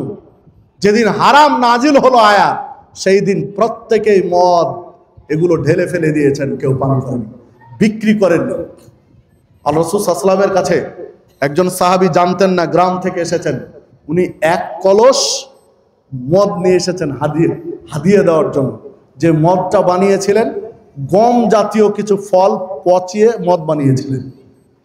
গম, খেজুর, কিশমিশ এ জাতীয় কিছু জিনিস পচিয়ে মদ বানিয়েছিলেন। এইরকম 1 কলস মদ হাদিয়ে নিয়ে এসেছেন। কার জন্য? রাসূলুল্লাহ সাল্লাল্লাহু আলাইহি ওয়াসাল্লামের জন্য। আল্লাহ রাসূল সাল্লাল্লাহু আলাইহি ওয়াসাল্লামকে মসজিদে নববীতে 1 কলস মদ হাদিয়ে দিলেন। আল্লাহ রাসূল সাল্লাল্লাহু আলাইহি ওয়াসাল্লাম জিজ্ঞাসা করলেন, এর ভিতরে কি আছে? সাহাবী বললেন, এর ভিতরে এই ফল দিয়ে তৈরি করা মদ আছে। আল্লাহ রাসূল সাল্লাল্লাহু আলাইহি ওয়াসাল্লাম একটু রাগ করলেন। রাগ করেছেন, সাহাবী বুঝতে পারলেন না যে কেন রাগ করলেন। পাশে আরেকজন সাহাবী, মদিনার সাহাবী ছিলেন, উনি বুঝতে পেরেছেন। লোকটিকে কাছে ডেকে কানে কানে কি বললেন? আল্লাহ রাসূল সাল্লাল্লাহু আলাইহি ওয়াসাল্লাম এইবার ওই মদিনার সাহাবীকে জিজ্ঞাসা করলেন যে তুমি ওর কানে কি বললে, ওর কানে কানে কি বললে? তখন উনি বলছেন, আমি ওকে শিখিয়ে দিলাম যে এটা আল্লাহ রাসূল সাল্লাল্লাহু আলাইহি ওয়াসাল্লাম পছন্দ করেননি, কারণ মদ হারাম। তুমি এই কলস নিয়ে যাও, বাজারে বিক্রি করে দিও। এই কলস নিয়ে যাও, বাজারে বিক্রি করে দিও। আল্লাহ রাসূল সাল্লাল্লাহু আলাইহি ওয়াসাল্লাম রেগে গিয়ে বললেন, যে জিনিস খাওয়া হারাম এই জিনিসের ব্যবসাও, এটা খাওয়া যাবে না, এটা ব্যবসা করাও যাবে না, এটা ফেলে দিতে হবে। কি করেছিলেন? মদ ফেলে দিয়েছিলেন। আপনাকে অনেকগুলো হাদিস বলেছি, তারপরেও দেখুন, যাদের দোকানে বিড়ি সিগারেট জর্দাগুল আছে, যদি আপনি ইমানদার মুসলিম হয়ে থাকেন, তাহলে আগামীকালকে এগুলো ফেলে দিতে হবে, বেচা যাবে না। এগুলো বেচা যাবে না, ব্যবসা করা যাবে না। আপনি যদি বলেন ব্যবসা করা যাবে, তাহলে দেখি আপনি দলিল নিয়ে আসেন। আপনি দেখি বাংলাদেশে কোন আলেম আপনাকে দলিল দেয়। হাদিস থেকে দলিল দিতে হবে, নাহলে কোরআন থেকে। ফিকহি মাসালা দিয়ে দলিল দিয়েন না, যেখানে হাদিস স্পষ্ট যেগুলোর ব্যবসা করা যাবে না। ফিকহি মাসালা হাদিসের উপরে চলবে না। হাদিস থেকে দলিল নিয়ে আসেন।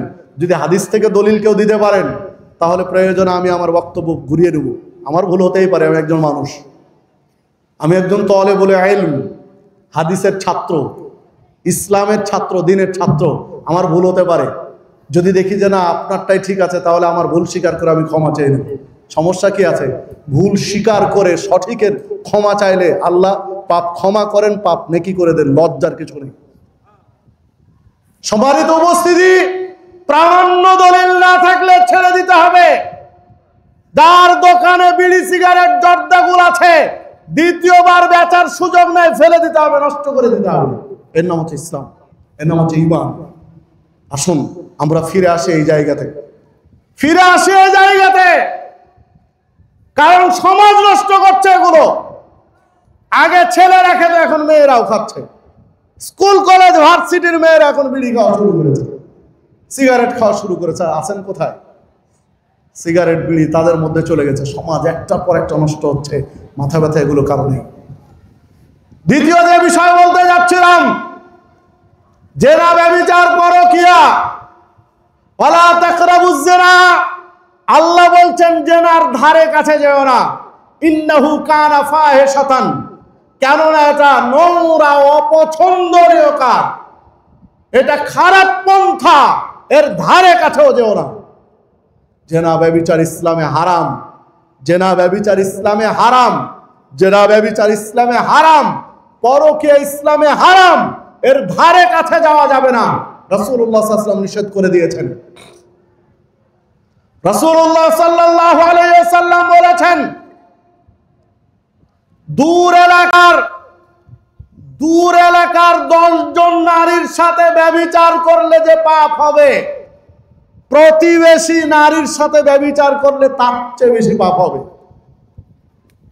প্রতিবেশী, নিকট আত্মীয়, পরিচিত জন, এদের সাথে ব্যভিচারে লিপ্ত হলে পাপের পরিমাণটা এই রকম হবে।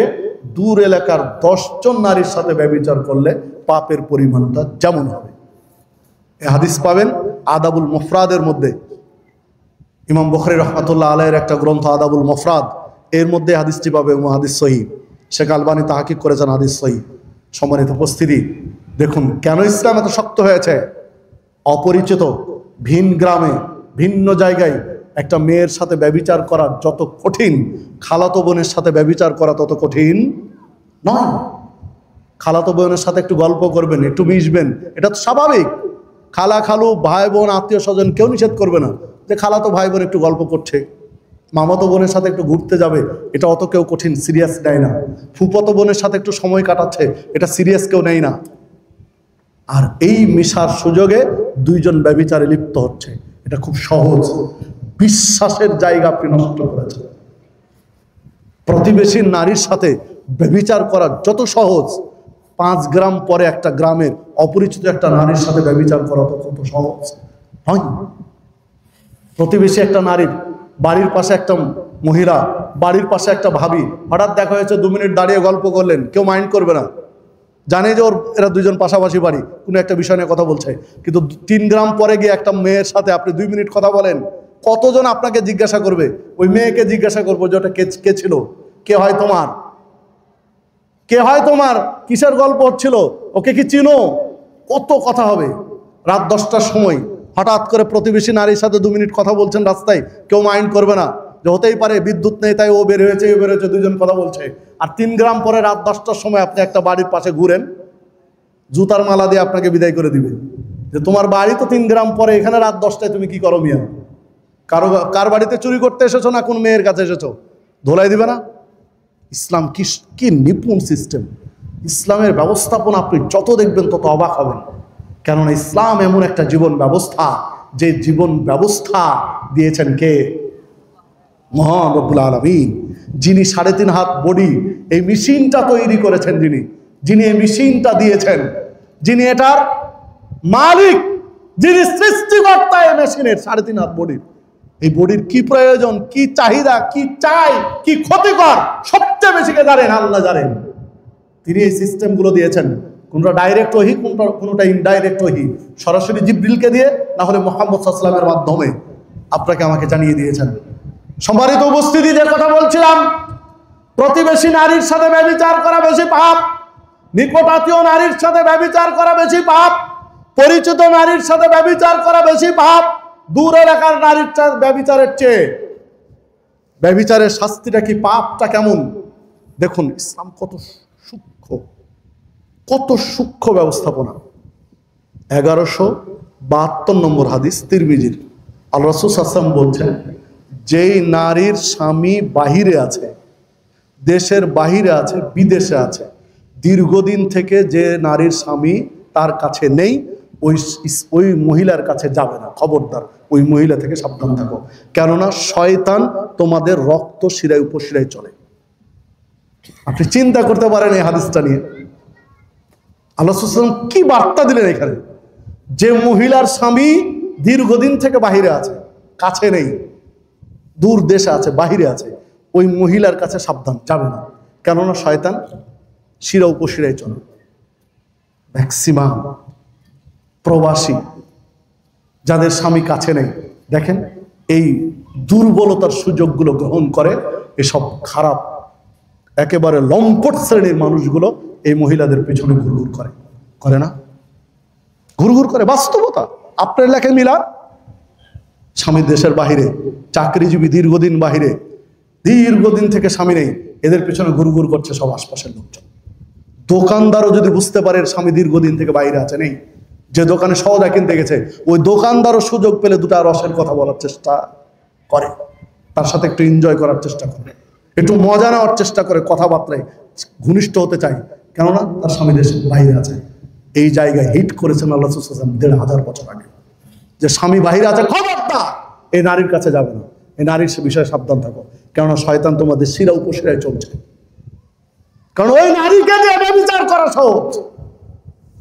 স্বামী বাহিরে আছে, দূরে আছে, এই নারীকে দিয়ে ব্যভিচার করা সহজ শয়তানের কাছে। এই জায়গায় শয়তান কাজ করে। এই জায়গায় আপনাকে সতর্ক থাকতে বলেন, আপনাকে আমাকে, কিন্তু হুঁশ ফিরে না। দেখুন আল্লাহ রাসূল সাল্লাল্লাহু আলাইহি ওয়াসাল্লাম বলেছেন, ইয়াকুমুদ দুখুল আলান নিসা, যে বাড়িতে নারী আছে ওই বাড়িতে প্রবেশে সাবধান। বেগানা নারী আছে, খবরদার, মন চাইবে ঢুকে যাবে না, সাবধান, সতর্ক থাকুন। ফাকাল রাজুলুম মিন আনসার, একজন আনসারী পুরুষ মদিনার বাসিন্দা বলছেন, ইয়া রাসূলুল্লাহ, ইয়া রাসূল সাল্লাল্লাহু আলাইহি ওয়াসাল্লাম, আফারাআইতাল হামওয়া, দেবর সম্পর্কে আপনার মতামত কি? দেবর কি করবে? বাড়িতে ভাবি আছে, ভাবি আছে বাড়িতে, দেবর কিভাবে প্রবেশ করবে? আল্লাহ রাসূল সাল্লাল্লাহু আলাইহি ওয়াসাল্লাম বলেন, আল হামুল মাউত, দেবর বাড়িতে প্রবেশ করবে, তবে সম্পর্ক হবে মৃত্যু সমতুল্য। মরণকে যেমন ভয় পায়, দেবর ভাবিকে সেই রকম ভয় পাবে। আর মালাকুল মাউতকে যেমন ভয় করে, দেবর ভাবিকে ওই রকম ভয় করবে। দেবর মনে করবে এটা মালাকুল মাউত, সুযোগ পেলে জান কবজ করবে। ভাবি দেবরকে মনে করবে এটা তার জন্য মালাকুল মাউত, পরস্পরকে মনে করবে এটা তার জন্য মালাকুল মাউত। সুযোগ পেলে জান কবজ করবে। জান কবজ করবে মানে কি? সুযোগ পেলে সারা জীবনের সমস্ত আমল একদম তছনছ করে দিবে। এইভাবে সতর্ক থাকতে বললেন। আর ভাই দীর্ঘদিন থেকে দেশে নাই, দেবর ভাইয়ের দায়িত্ব কাঁধে নিয়ে নিয়েছে, তাই না?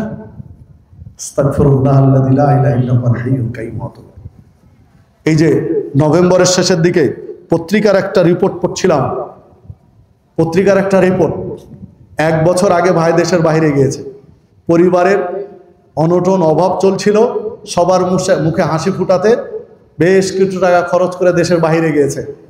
টাকা পয়সা পাঠাই, বছর ধরে চলছে, ভালোই, সমস্যা নেই। এই 1 বছরের মাথায় ছোট ভাই ভাবির সাথে অবৈধ সম্পর্ক জড়িয়ে গেছে। ভাই নেই, ভাইয়ের জায়গায় পূরণ করে, একেবারে হাতে নাতে ধরে ফেলেছে। পাশের বাড়ির কয়েকজন বুঝতে পেরে হাতে নাতে ধরে নিয়েছে।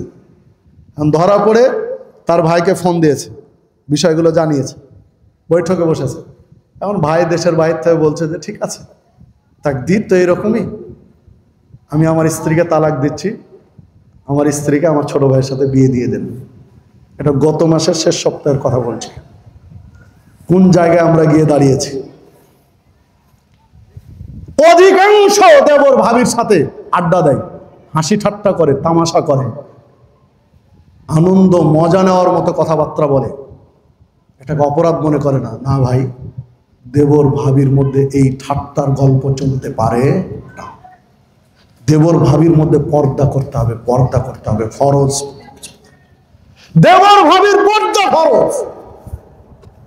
প্রাপ্তবয়স্ক দেবর 14-15 বছর হয়ে গেছে, বালেগ হয়ে গেছে, এই দেবরের সামনে ভাবি কবজির এই নিচের হাতের অংশ দেখাতে পারবে না, এটা হারাম। কবজি থেকে নিচের অংশগুলো দেখাবে ভাবি দেবরের সামনে, হাত উঁচু করবে আর এই অংশগুলো বেরিয়ে যাবে, অসম্ভব, এটা হারাম। 17, 18, 19 বছরের দেবর, তার সামনে গলা, বুকের অংশ বা টাকনুর উপরের অংশ এগুলো দেখাবে, এটা হারাম, অসম্ভব, এটা হতে পারে না। শরীয়তে অনুমোদন দেয়নি। কোথায় পেয়েছেন আপনি? চলবে না। ইসলাম এত সেফটি, নিরাপত্তা দিয়েছে, যেই জায়গায় পাপ হওয়ার সম্ভাবনা বেশি, এই জায়গাগুলো দূরত্ব, নিরাপদ দূরত্ব বজায় রেখেছে, নিরাপদ দূরত্ব বজায় রেখেছে। যেই জায়গায় যত ঝুঁকিপূর্ণ, ওই জায়গায় সেফটি, সিকিউরিটি তত শক্তিশালী, তাই না? সবচেয়ে শক্তিশালী সিকিউরিটি দেওয়া হয়, নিরাপত্তা নিশ্চিত করায় কোথায়? প্রধানমন্ত্রীর কার্যালয়ে করা হয়, সংসদ ভবনে করা হয়, এমপি হোস্টেলগুলোতে করা হয়, সেনাবাহিনীর অফিসে। এগুলো এত সিকিউরিটি কেন? কারণ এগুলো ঝুঁকিপূর্ণ এলাকা। ঝুঁকিপূর্ণ এলাকায় নিরাপত্তা নিশ্চিত করা হয় বেশি। ঠিক ভাবি ঝুঁকিপূর্ণ একটা জায়গা দেবরের জন্য, এই জায়গায় ইসলাম একেবারে সিকিউরিটি, সেফটি দিয়েছে, খুব কঠোর, যে সাক্ষাৎ করতে পারবে না, হাসি ঠাট্টা করতে পারবে না, অসম্ভব।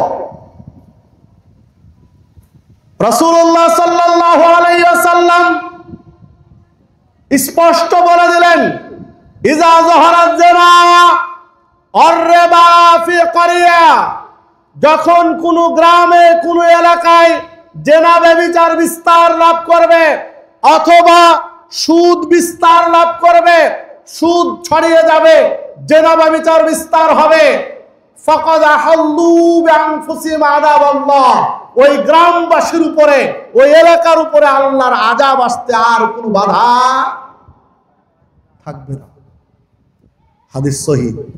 যেই গ্রামে, যে এলাকায়, যে অঞ্চলে জেনা ব্যভিচার বিস্তার হবে,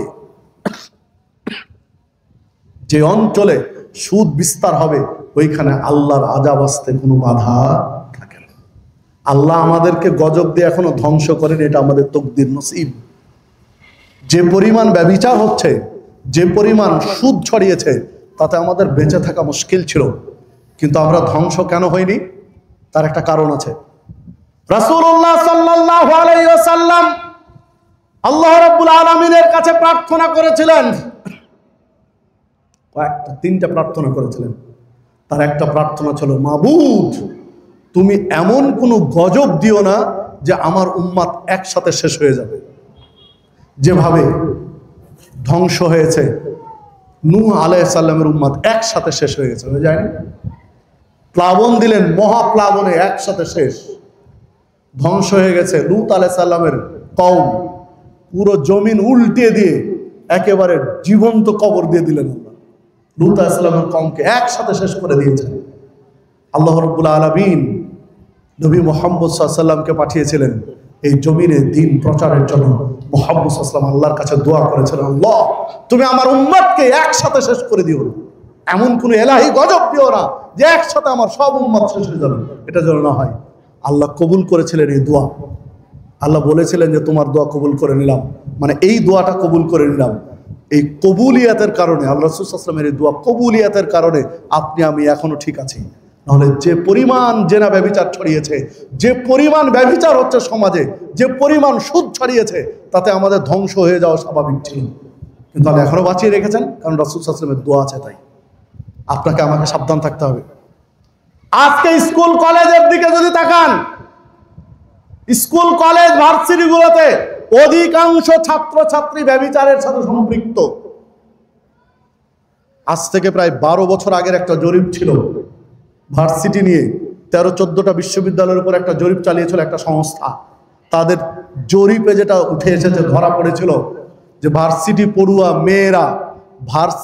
পড়ুয়া মেয়েরা শতকরা 76 জন ছাত্রী জীবনে তাদের সতীত্ব নষ্ট করে ফেলে। এটা আজ থেকে প্রায় 12-13 বছর আগের কথা বলছি। 12-13 বছর আগে যদি চিত্র এটা থাকে, শতকরা 76 জন তাদের সতীত্ব হারিয়ে ফেলেছে ছাত্রী জীবনে, তাহলে এখনকার অবস্থা কি হতে পারে হিসাবের বাইরে।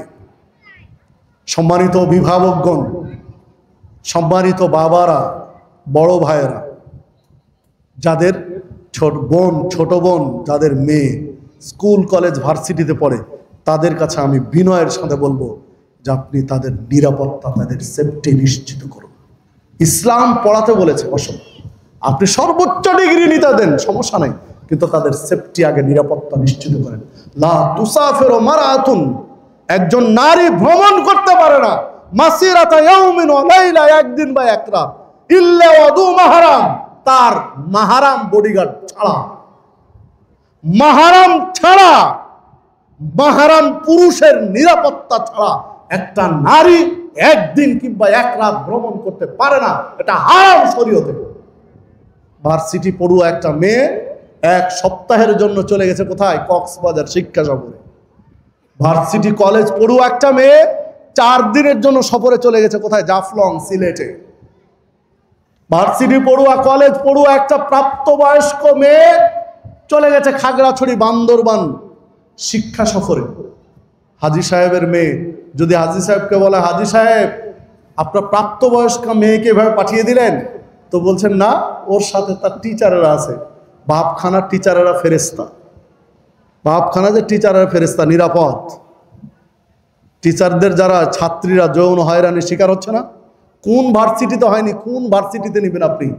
বাংলাদেশে কোন ভার্সিটিতে হয়নি যে ছাত্রীরা টিচারের লোলুপ দৃষ্টিতে পড়েনি? আপনি কোন ভার্সিটিতে এই ঘটনা ঘটেনি বাংলাদেশে?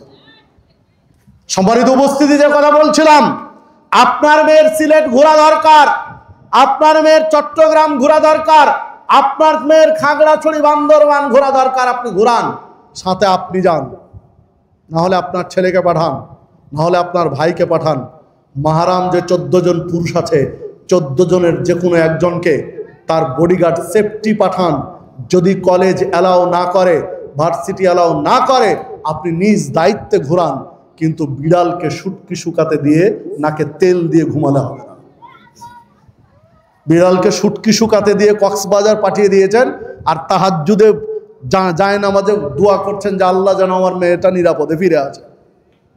বিড়ালের কাছে শুটকি দিয়ে দিয়ে আপনি দোয়া করতে থাকেন যে বিড়ালে যেন শুটকি না খায়। হবে? পানিতে ফেলে দেন, দিয়ে বলেন যে আল্লাহ যেন না ভিজে, শরীর যেন না ভিজে। হবে এটা? আগে শুষ্ক রাখেন। সম্মানিত উপস্থিতি, যে কথা বলছিলাম, দেখুন নারীদের অবস্থা খুব কঠিন, কারণ পরকীয়া সমাজে এক মরণ ব্যাধিতে রূপ নিয়েছে। অধিকাংশ মা বোন বিয়ের পরে স্বামীর অকৃতজ্ঞ, তারা স্বামীর কৃতজ্ঞ প্রকাশ করতে চায় না, অধিকাংশই। এই কথা আমার নয়, এই কথা রাসূল সাল্লাল্লাহু আলাইহি ওয়াসাল্লামের। খোলেন সহিহ বুখারীর 52 নম্বর হাদিস। সহিহ বুখারীর 52 নম্বর হাদিস, রাসূলুল্লাহ সাল্লাল্লাহু আলাইহি ওয়াসাল্লাম বলেন, একদিনের চিত্র বর্ণনা করছিলেন, লম্বা হাদিস। ওই পর্যায়ে বললেন, আজকে আমি দেখলাম আমার চোখের সামনে জাহান্নামে নারী আর নারী, অধিকাংশ নারী দিয়ে জাহান্নাম ভর্তি করে দেওয়া হয়েছে। সাহাবীরা জিজ্ঞাসা করলেন, নারীদের জাহান্নামে এত যাওয়ার কারণ কি? রাসূলুল্লাহ সাল্লাল্লাহু আলাইহি ওয়াসাল্লাম বললেন, তাদের কুফরির কারণে। সাহাবীরা জিজ্ঞাসা করলেন, তারা কুফরি করে বলতে আল্লাহকে অস্বীকার করে? আল্লাহ রাসূল সাল্লাল্লাহু আলাইহি ওয়াসাল্লাম বললেন, না না না, নারীরা আল্লাহকে অস্বীকার করে না, বরং স্বামীর সাথে কুফরি করে। সাহাবীরা বললেন, কিভাবে? তখন আল্লাহ রাসূল সাল্লাল্লাহু আলাইহি ওয়াসাল্লাম বললেন, একজন স্বামী তার সাধ্য অনুযায়ী স্ত্রীকে সবকিছু দেয়। হঠাৎ কোনো একটা বিশেষ দিনে, বিশেষ মুহূর্তে, বিশেষ কিছু পর্যায়ে কোনো একটা জিনিস স্বামীর কাছে চেয়েছে, আর স্বামী ওই যেদিন চেয়েছে, যে সময় চেয়েছে, যে প্রেক্ষাপটে চেয়েছে, যে জিনিস চেয়েছে, সেটা স্বামী দিতে পারলো না। তখন চট করে স্ত্রী বলে ফেলে, মা রাআইতু খায়রুম মিনকা কাত, তোমার সংসারে আমি কোনোদিন সুখ পাইনি। এই কথা বলে ফেলে। সব দিন সব দিয়েছো, আর বিশেষ দিনের কোনো একটা জিনিস দিতে পারোনি, তখন চট করে বলে ফেলো, তোমার সংসারে আমি সুখ পেলাম না, তোমাকে বিয়ে করাই ভুল হয়েছে। চট করে বলে ফেলবে, তুমি সারা জীবনের তোমার সব কৃতজ্ঞতা সেদিন শেষ করে দেবে। আর কি হলো নারী জাতি। মুসলিম বোন, এটি আমি বানিয়ে বলছি না, সহিহ বুখারীর হাদিস বলছি। যদি মন চাই সহিহ বুখারীর 52 হাদিসটা পড়ে দেখেন। এটা নারীদের স্বভাব। যতজন স্বামী এখানে আছেন, যতজন স্বামী আছেন এখানে, জিজ্ঞাসা করেন আলাদা আলাদা করে যে এই রকম শব্দ, হুবহুব বা কাছাকাছি শব্দ স্ত্রীরা বলে কিনা। কয়জন স্বামী দেখি দাঁড়াতে পারে যে না, আমার স্ত্রী কোনোদিন এ ধরনের কথা বলেনি। আমার বিশ্বাস দাঁড়ানোর মতো ক্ষমতা কারো নাই। কাছাকাছি শব্দ তারা বের করে নিয়ে আসে, কারণ স্বামীর বিষয়ে তারা কৃতজ্ঞতা প্রকাশ করে না। অল্পতেই মনে করে যে একে বিয়ে করে ঠকে গেছি, এর আগে যার সাথে বিয়ের কথা হচ্ছিল ওটাই মনে হয় ভালো ছিল। এই টেন্ডেন্সি, এই মানসিকতাগুলো থেকে পরকীয়ায় লিপ্ত হয়, পরপুরুষের সাথে জড়িয়ে যায়। মুসলিম বোন মনে রাখবেন, মুসলিম বোন মনে রাখবেন, একজন বিবাহিত পুরুষ ঘরে স্ত্রী রেখে, সন্তান রেখে আরেকটা নারীকে অন্তর থেকে ভালোবাসতে পারে না, পারে না, পারে না। যেটা আপনার সাথে করছে স্রেফ আপনাকে ভোগ করার জন্য করছে,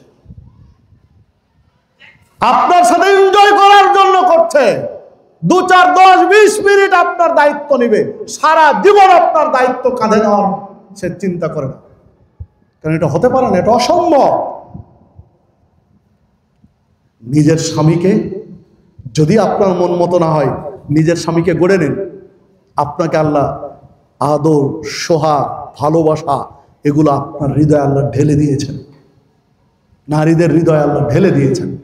আপনি সেগুলো দিয়ে আপনার স্বামীকে জয় করেন, তাকে আপনার মতো করে গড়ে নেন, আপনি যেভাবে তাকে চান।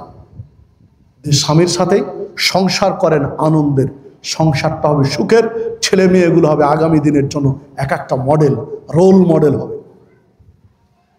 প্রত্যেকটা বাবা মা কুরবানির খুতবা শুনতে গিয়ে যখন ইতিহাস শুনে ইব্রাহিম আর ইসমাইল আলাইহিস সালামের ইতিহাস, সুবহানাল্লাহ, ইব্রাহিম আলাইহিস সালামের মানুষও তো কি বাবা হিসাবে, আর ইসমাইল আলাইহিস সালামের চেতনা কি সন্তান হিসাবে, তখন মা আর বাবা মনে করে, হাই রে, আমার সন্তানটা যদি ইসমাইলের মতো হতো, আমার সন্তানটা যদি ইসমাইলের মতো হতো। এই স্বপ্ন দেখেন মুসলিম বোন, ইসমাইলের মতো সন্তান কোন পেট থেকে এসেছে এটাও আপনাকে দেখতে হবে। ইসমাইলের মা কে ছিলেন? হাজেরা আলাইহিস সালাম ছিলেন ইসমাইলের মা। হাজেরা আলাইহিস সালাম ছিলেন ইসমাইলের মা। দুধের বাচ্চা, দুধ খাওয়া বাচ্চাকে কাবার চত্বরে রেখে চলে যাচ্ছেন। কোনো বাড়ি নয়, বাড়ি নেই, ঘর নেই, পানির ব্যবস্থা নেই, খাদ্য নেই, কিচ্ছু নেই, ধুধু মরুভূমি। তখন কাবাঘর তৈরি হয়নি, তখন ধুধু বালু চরে। দুধের বাচ্চা আর বাচ্চা প্রসব করা একটা প্রসূতি দুর্বল একটা মহিলাকে রেখে আমরা ইব্রাহিম আলাইহিস সালাম চলে যাচ্ছেন, ঘুরেও তাকাচ্ছেন না। হাজেরা আলাইহিস সালাম স্বামীকে জিজ্ঞাসা করলেন যে আমাদেরকে এই জনমানব শূন্য এলাকায় রেখে কোথায় যাচ্ছেন, কেন যাচ্ছেন? কোনো জবাব নেই, ঘুরেও তাকাচ্ছেন না, শুধু বললেন এটা কি আল্লাহর নির্দেশ? মাথা নাড়িয়ে ইব্রাহিম আলাইহিস সালাম বললেন হ্যাঁ, এটা আল্লাহর আদেশ। তখন হাজেরা আলাইহিস সালাম বলছেন আল্লাহ আমাদের জন্য যথেষ্ট, যে আল্লাহ আদেশ করেছেন তিনি আমাদের ধ্বংস করবেন না। সুবহানাল্লাহ। আপনি আমি হলে, এই যুগে হলে কত অভিযোগ শুরু করতাম, অভিযোগের বন্যা বয়ে দিত। হাজেরা আলাইহিস সালাম যেমন ছিলেন, মা যেমন পেট থেকে তেমনি মডেল সন্তান দিয়েছেন, পৃথিবীর ইতিহাস একটা মডেল। প্রাপ্তবয়স্ক বয়সে বলছেন যে বাবা আমি স্বপ্নে দেখছি তোমাকে কুরবানি করছি আল্লাহর রাস্তায়। তো সন্তান শুনেই বলছেন, কোনো ভাবনা চিন্তা ছাড়াই বলছেন ইয়া বাতিফাল মা তুমার, যা স্বপ্ন দেখেছেন তা বাস্তবে রূপ দেন, আমাকে জবে করে দেন ইনশাআল্লাহ, সাতা যদি নি মিনাস সাবিরিন, ইনশাআল্লাহ আমাকে ধৈর্যশীল পাবেন, আমি পালাবো না। যেমন বাপ তেমন বেটা। তো ইব্রাহিম আলাইহিস সালাম যেমন মডেল ছিলেন, হাজেরা আলাইহিস সালাম তেমন মডেল ছিলেন, সন্তানও পেট থেকে ওই রকম এসেছে।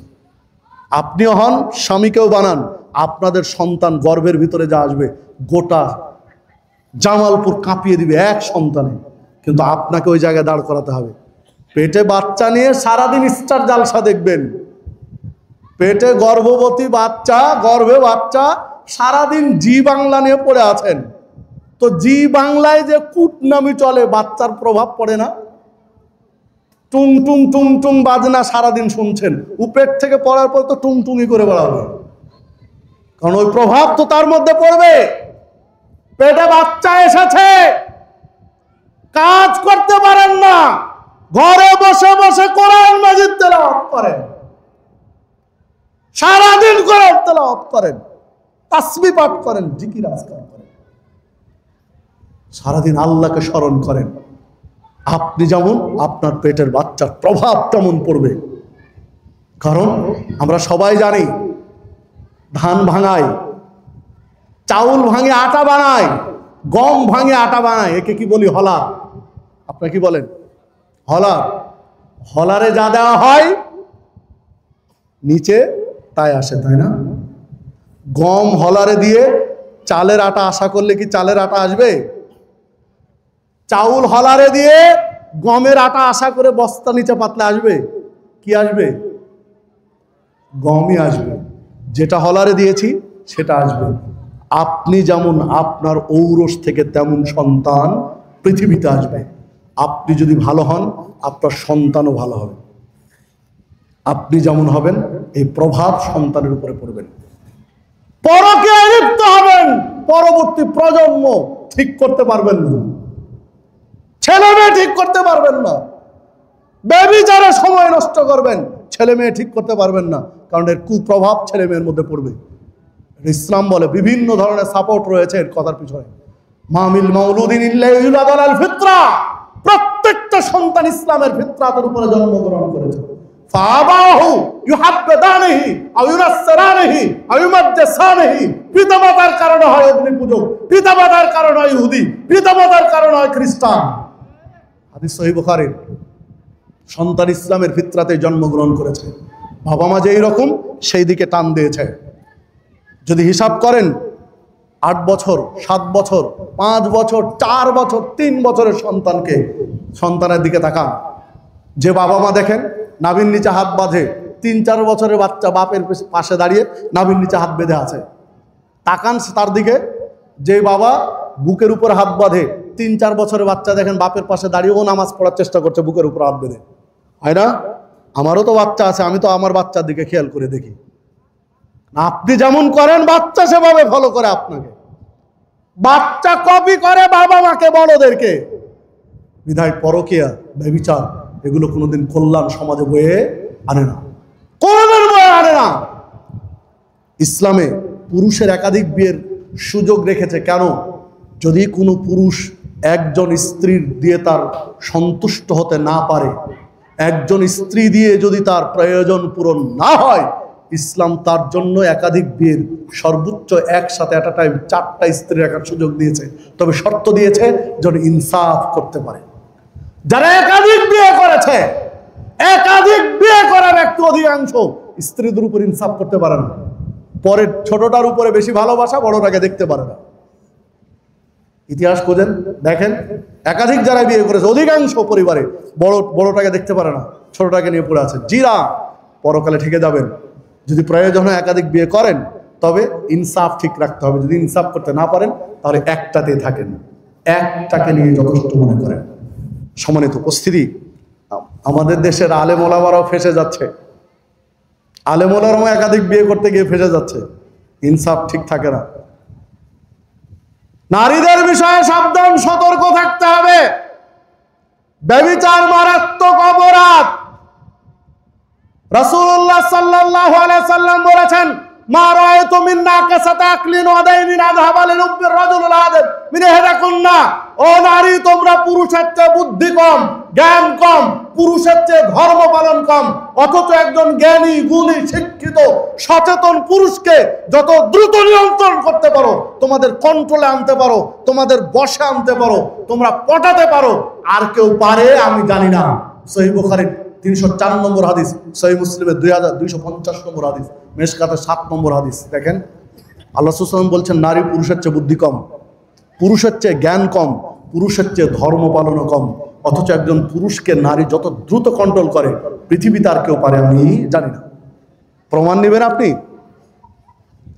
একটা ছেলে সন্তান জন্ম থেকে নিয়ে প্রায় 20, 21, 22 বছর পর্যন্ত বাবা মার কাছে আছে। দেখেন বাবা মার কলিজার টুকরো সে। বাবা মা ওই ছেলে ছাড়া বুঝে না, ছেলে বাপ মাকে ছাড়া কিছুই বুঝে না। কত বছর বয়স পর্যন্ত? 20, 22, 25 বছর পর্যন্ত। 25 বছর বয়সে গিয়ে বাবা মা বিয়ের সিদ্ধান্ত নিল। ছেলেকে বললো, বাবা তোমার বিয়ে দিতে চাই। ছেলেও বলছে, বাবা মা তোমরা যে মেয়ের সাথে বিয়ে দিবে আমি খুশি, আমার দেখা লাগবে না, তোমরা দেখে বিয়ে দিয়ে দাও। মানে এত আস্থা, ভালোবাসা, বিশ্বাস বাবা মায়ের উপরে। বাবা মার পছন্দেই হয়তো বা বিয়েও দিয়ে দিল। বিয়ে দিয়ে 6 মাস যায় না, ওই ছেলে এবার বাপ মাকে বলে যে বাবা মা তোমাদের সাথে হবে না, আমাদের সংসারটা আলাদা করে দাও। বরকত দেখেছেন 6 মাসে উল্টিয়ে গেছে। 25 বছর পর্যন্ত বাবা মার সাথে কাঁধে কাঁধ মিলিয়ে থাকতে পারলো, আর বিয়ে করে 6 মাস টিকে না, সংসার আলাদা করতে চাই। অশান্তি শুরু হয়ে গেছে। বরকতটা কোন দিক থেকে আসছে বুঝতে পারতেছেন না? সম্মানিত মুসলিম বোন, আমি আপনাদের শত্রু নই, আমি বাস্তব দিকগুলো বলছি। দেখেন অধিকাংশ মুসলিম বোন, অধিকাংশ শাশুড়ি বউদের বদনাম করে, বউ ভালো না। আর অধিকাংশ বউয়ের কাছে শাশুড়ি ভালো না। বউ বলে শাশুড়ি ভালো না, আর শাশুড়ি বলে বউ ভালো না। তো যেই বউ বলে শাশুড়ি ভালো নয়, 20 বছর পরে এই বউই যখন শাশুড়ি হয়, তখন এই শাশুড়ি আবার বলে বউ ভালো না। আমি বুঝাতে পারলাম কিনা জানি না। কে ভালো না? জায়গায় আসেন। আজকে আপনি শাশুড়ির বদনাম করছেন বউ হয়ে, আর 20 বছর পরে আপনি যখন শাশুড়ি হয়েছেন তখন আবার বউয়ের পিছনে লেগে গেলেন। এই সমস্যা থেকে বেরিয়ে আসতে হবে। মানুষ হাতের 5টা আঙ্গুল সমান নয়। কে কার 5টা আঙ্গুল সমান? হাত তুলে দেখান তো আমাকে দেখি। মহাফিলে যারা আছে যে 5টা আঙ্গুল সমান, কোনোদিন 5টা আঙ্গুল সমান করা যাবে না। 5 পরিবার, এক পরিবারে যদি 5টা ছেলে মেয়ে হয়, 5টা ছেলে মেয়ে সমান হবে না কোনোদিন। সেখানে 5 জায়গা থেকে বউয়েরা এসেছে, বিভিন্ন পরিবার থেকে এসেছে। আপনি আপনার মেয়ের মতো একই রকম পাবেন এই চিন্তা করলেন কেন? 19-20 হবে। পরস্পরকে ছাড় দিয়ে মানিয়ে সংসার চালাতে হবে। পরবর্তী প্রজন্ম আপনার থেকে শিক্ষা নিয়ে সেভাবে সংসার চালাবে। আসুন আমরা জায়গাগুলো হিসাব করি, পূরণ করি। আগামী দিন গড়তে চাইলে আপনাকে আমাকে সচেতন হতে হবে। জেনা ব্যভিচারের শিকড় উপড়িয়ে ফেলতে হবে। ব্যভিচার সমাজের জন্য একটা ভাইরাস। যারা নারী অধিকার নারী অধিকার নারী অধিকার করে চিল্লাচ্ছে, যারা নারী অধিকারের স্লোগান তুলছে, দেখেন অধিকাংশরাই নারীবাদী, নারীকে ভোগ করার পাঁয়তারায় নিতে আছে। কোনোদিন দেখেছেন? কোনোদিন দেখেছেন নারীবাদী সংগঠনগুলো বাংলাদেশে পতিতালয়গুলো বন্ধ করার জন্য মাঠে নেমেছে? কোনো রেকর্ড আছে? নারীবাদী সংগঠনগুলোর প্রথম তো টার্গেট হওয়া দরকার ছিল বাংলাদেশে পতিতালয় থাকতে পারে না। পতিতালয়ের মতো হয়ে পতিতা হয়ে কেন থাকবে নারীরা? একটা স্বামীর সংসার করবে, একটা স্বামীর সংসার করবে, স্বামীর দায়িত্বে থাকবে। এইটা তো আন্দোলন করার দরকার ছিল। এটা আন্দোলন করে না। এগুলো অমুসলিমদের কালচার। এটা আন্দোলন করে না। আন্দোলন করে কি? যে স্কুল কলেজে বোরকা জামানো যাবে না, পর্দার স্বাধীনতা দিতে হবে। খুশি হলে পর্দা করবে, করবে না, এই স্বাধীনতা দিতে হবে। মানে নোংরামি করতে হবে, নোংরামির স্বাধীনতার আন্দোলন করে। ভালো হওয়ার আন্দোলন করে। আর এগুলোই সাপোর্ট দেয় কথিত বুদ্ধিজীবীরা।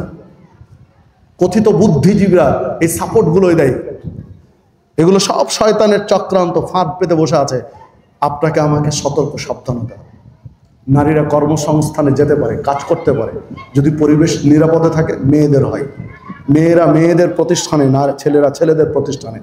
নারী পুরুষকে যখনই এক জায়গায় রাখবেন তখনই বিপদ ঘটবে। ইল্লা মাশাআল্লাহ, ব্যতিক্রম দিয়ে একটা থাকতে পারে। সম্মানিত উপস্থিতি, আজকের আলোচনা শেষ পর্যায়ে এসে উদাত্ত আহ্বান জানায় যে আসুন আমরা আল্লাহর সৃষ্টি শ্রেষ্ঠ জীব যারা ঈমান এনে আমলে চলে, এই শ্রেষ্ঠত্ব টিকাতে হলে 2টা শর্ত। ইন্নাল্লাযীনা আমানু ওয়া আমিলুস সালিহাত, ঈমান এনেছে, আমলে সালেহ করে। ওয়াতাওয়াসাউ বিল হক ওয়াতাওয়াসাউ বিস সবর, পরস্পরকে হকর দাওয়াত দেয়, পরস্পরকে ধৈর্যের নসিহত করে। তাহলে ঈমান এনে আমলে সালেহ করতে হবে। আরেক জায়গায় বলা হচ্ছে উলাইকা হুম খায়রুল বারিয়া, সৃষ্টির শ্রেষ্ঠ। ঈমানের পরে যদি আমলে সালেহ করি তাহলে সৃষ্টির শ্রেষ্ঠ। আসুন ঈমানের পাশাপাশি আমলে সালেহ করি। ইন্নাল্লাহা লা ইউগাইয়িরু মা বিকওমিন হাত্তা ইউগাইয়িরু মা বিআনফুসিহিম, আল্লাহ ততদিন পর্যন্ত কোনো জাতিকে পরিবর্তন করেন না যতদিন পর্যন্ত নিজেরা পরিবর্তন হওয়ার চেষ্টা না করে। নিজেরা পরিবর্তন হওয়ার চেষ্টা না করলে আল্লাহ পরিবর্তন করে দিবেন না। তা আসুন আমরা আমাদের স্থান থেকে, আমাদের জায়গা থেকে পরিবর্তন হওয়ার চেষ্টা করি। আল্লাহ রাব্বুল আলামিন আমাদের সকলকে সেই তৌফিক দান করুন। আল্লাহ রাব্বুল আলামিন আমাদেরকে প্রকৃত মুসলিম হয়ে জীবন যাপন করার তৌফিক দান করুন।